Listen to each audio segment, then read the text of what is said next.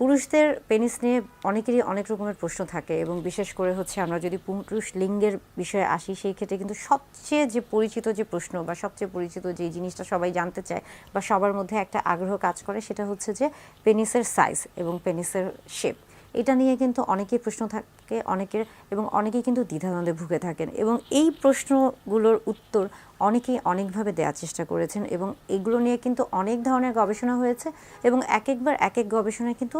এক এক রকম ফলাফল এসেছে এবং সব ফলাফলগুলোকে মিলিয়ে আমরা শেষ যে ভিডিওটা বানিয়েছিলাম বা শেষ যে ভিডিওটা করেছিলাম সেখানে বলেছিলাম যে আসলে হচ্ছে পেনিস বা পুরুষ লিঙ্গের যে এই যে আকার বা আকৃতির যে বিষয়টা রয়েছে এটা শুধুমাত্র যে যাও নিচে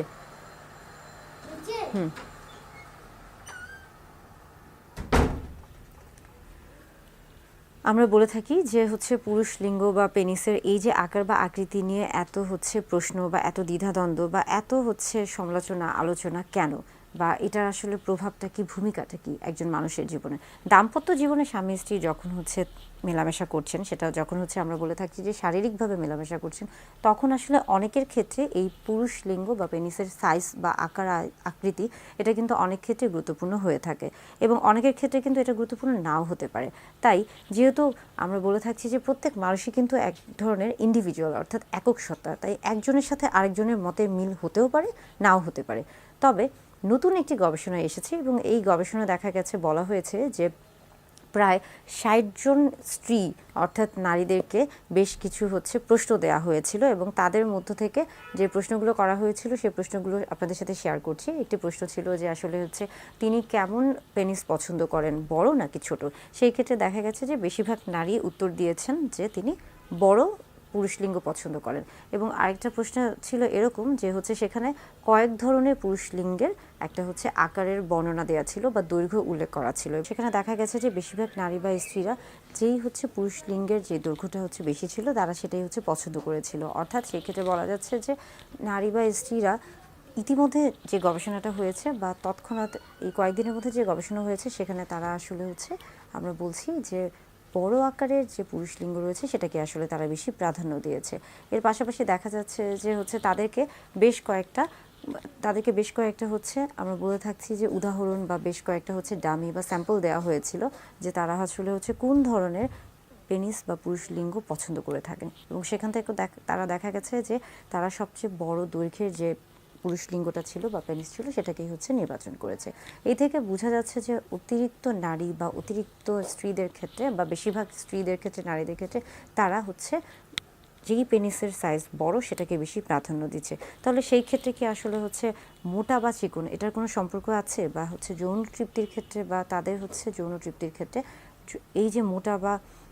চিকন এটার সম্পর্কটা কি? সেই ক্ষেত্রেও যখন তাদেরকে প্রশ্ন করা হয়েছে তখন তারা এটাই বলেছে যে তাদের কাছে হচ্ছে তুলনামূলকভাবে যেই পেনিস বা যেই পুরুষ লিঙ্গটা আসলে হচ্ছে কিছুটা মোটা সেটাকেই তারা বেশি প্রাধান্য দিয়েছে। অর্থাৎ এই যে হচ্ছে এতক্ষণ ধরে আমরা যে গবেষণাগুলোর কথা বলছি এটা খুবই কিছুদিন আগে এই গবেষণার ফলাফলটি এসেছে এবং এটা নিয়ে এখনও হচ্ছে বেশ কিছু গবেষণা চলছে। তবে আমার কাছে মনে হয়েছে যে আসলে পুরুষ লিঙ্গ বা হচ্ছে আমরা বলছি যে পেনিসের যে সাইজ অ্যান্ড শেপের যে ব্যাপারটা এটা আসলে একান্তই আপনার এবং আপনার সঙ্গী অর্থাৎ স্বামী স্ত্রীর দুজনের মধ্যে সম্পর্ক। আপনাদের যদি পারস্পরিক সমঝোতা ভালো থাকে বা আপনাদের যদি হচ্ছে আত্মিক সম্পর্কটা ভালো থাকে সেই ক্ষেত্রে আসলে এই বিষয়গুলো খুব বেশি হচ্ছে প্রভাব ফেলার কথা না। হ্যাঁ, অনেক সময় প্রভাব ফেলতে পারে যদি আপনাদের দেখা যাচ্ছে আপনাদের নিজেদের মধ্যে তেমন কোনো একটা খুব একটা ভালো দৃঢ় একটা হচ্ছে বন্ধুত্বপূর্ণ সম্পর্ক নেই, সেই ক্ষেত্রে দেখা যাচ্ছে যে অনেক ধরনের সমস্যা হতে পারে। অনেকেই জানতে চান যে আসলে হচ্ছে তিনি পুরুষ লিঙ্গের পরিমাপটা কিভাবে বুঝতে পারবেন বা তার পুরুষ লিঙ্গ কতটুকু, এই দৈর্ঘ্য এবং প্রস্থটা তিনি কিভাবে বুঝতে পারবেন। সেই ক্ষেত্রে বলতে চাই যে এটা আসলে হচ্ছে পরিমাপটা তিনভাবে করা হয়ে থাকে বা তিনটা অবস্থায় আপনি এই পরিমাপটা নিতে পারেন। একটি হচ্ছে ফ্ল্যাসিড পেনিস, অর্থাৎ আমরা বলে থাকি যে স্বাভাবিক অবস্থায় যে পেনিসটি রয়েছে বা যেটি হচ্ছে আসলে স্বাভাবিক অবস্থায় থাকে বা নিচে ঝুলে থাকে সেটাকে আসলে ফ্ল্যাসিড পেনিস বলা হয়ে থাকে। এবং আরেকটা হচ্ছে যে ইরেক্ট পেনিস, অর্থাৎ এটাকে বলা হয়ে থাকছে যে যখন উত্থান হচ্ছে পেনিসের তখনই এটাকে ইরেক্ট ইরেক্ট পেনিস বলা হয়ে থাকছে এবং এই অবস্থায়ও কিন্তু পরিমাপ নেওয়া হয়ে থাকে। এবং আরেকটা হচ্ছে যে এসপিএল, এটাকে বলা হচ্ছে যে স্ট্রেচ পিনাইল লেন্থ, অর্থাৎ যখন আপনার ধরুন যে এই ক্ষেত্রে হচ্ছে আপনার পেনিসটা এখানে হচ্ছে আমরা বলে থাকি যে এভাবে ফ্ল্যাসিড অবস্থায় আছে, ঝুলে আছে, এবং সেটাকে আপনি হচ্ছে টেনে সোজা করছেন বা একটু হচ্ছে এই যে চামড়াগুলো রয়েছে এটাকে একটু পিছনের দিকে টানছেন বা স্ট্রেচ করছেন, সেটাকে আসলে এসপিএল বলা হয়ে থাকে।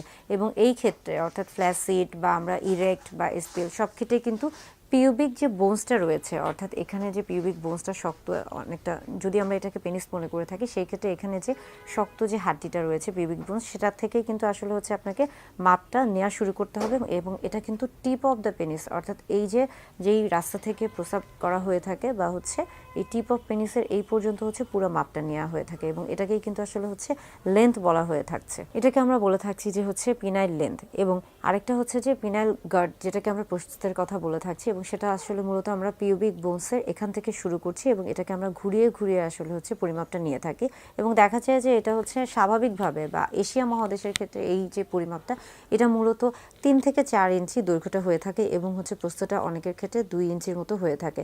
অনেকের ক্ষেত্রে এর চেয়ে কম হতে পারে, এর চেয়ে বেশিও হতে পারে, তবে এটা হচ্ছে আমরা বলে থাকছি যে গড়ে।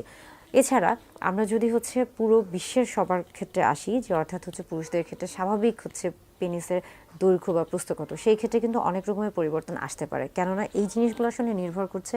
একজন পুরুষের হচ্ছে বয়সের উপরে, তার বংশগত,